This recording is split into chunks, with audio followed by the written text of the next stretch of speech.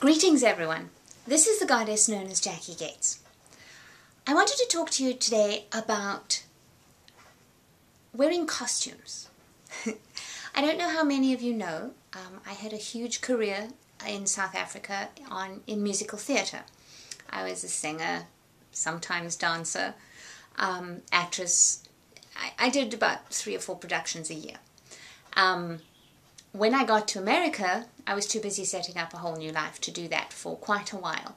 And besides, I've never managed to master a proper American accent. So consequently could only do things that required an English accent, like Oliver and Sweeney Todd. Anyway, that's beside the point. My point was that I have always loved dressing up. I used to dress up as a child, and it always amazed me how in the theatre we would rehearse, obviously, in street clothes, and with just the basics. Around a box will be the couch, and this little table will be eventually something else, and you mark the floor as to where the doors are going to be and where the stairs will be, and you sort of create it in your head, and then as the set builders come in and the props arrive, so it becomes more real.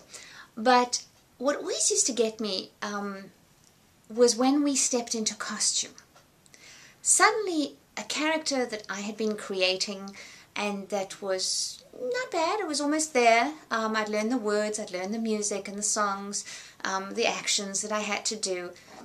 It was just putting on the costume used to give you that reality, that feeling that I am rather than I'm playing a part. The ability to actually step into becoming somebody else, becoming that character rather than just playing a character. Oh, and by the way, I think that's the difference between really great actors and people who make careers of being themselves.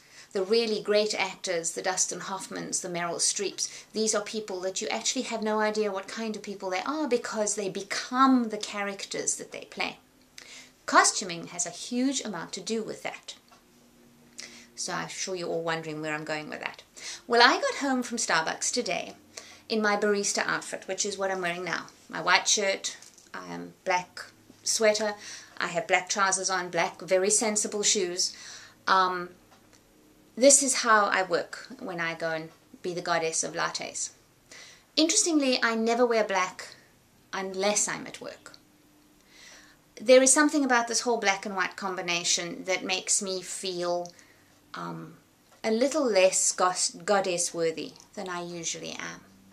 So I sat down today when I got home and I thought I have to write a blog post. I have a whole lot of brilliant ideas and nothing would flow.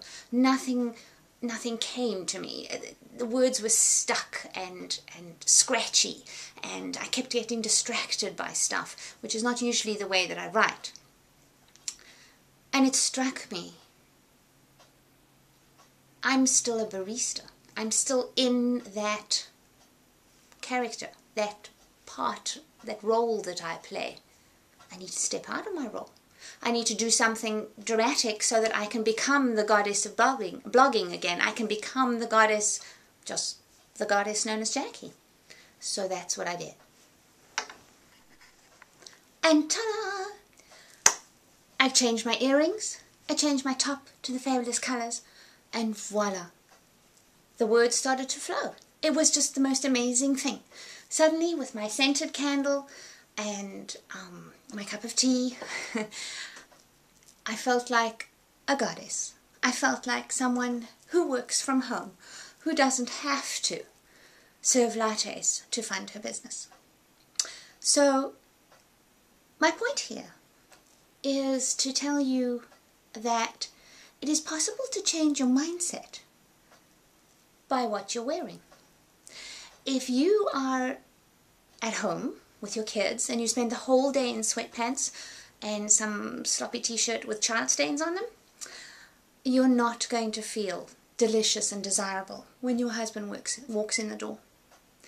If you are trying to increase your awareness of abundance, dress well. if you work in an office and you want to rise up the ladder of success in a corporate environment, you need to dress for the position you're aiming for, so that you can become the person you need to become to do that job or to have that success.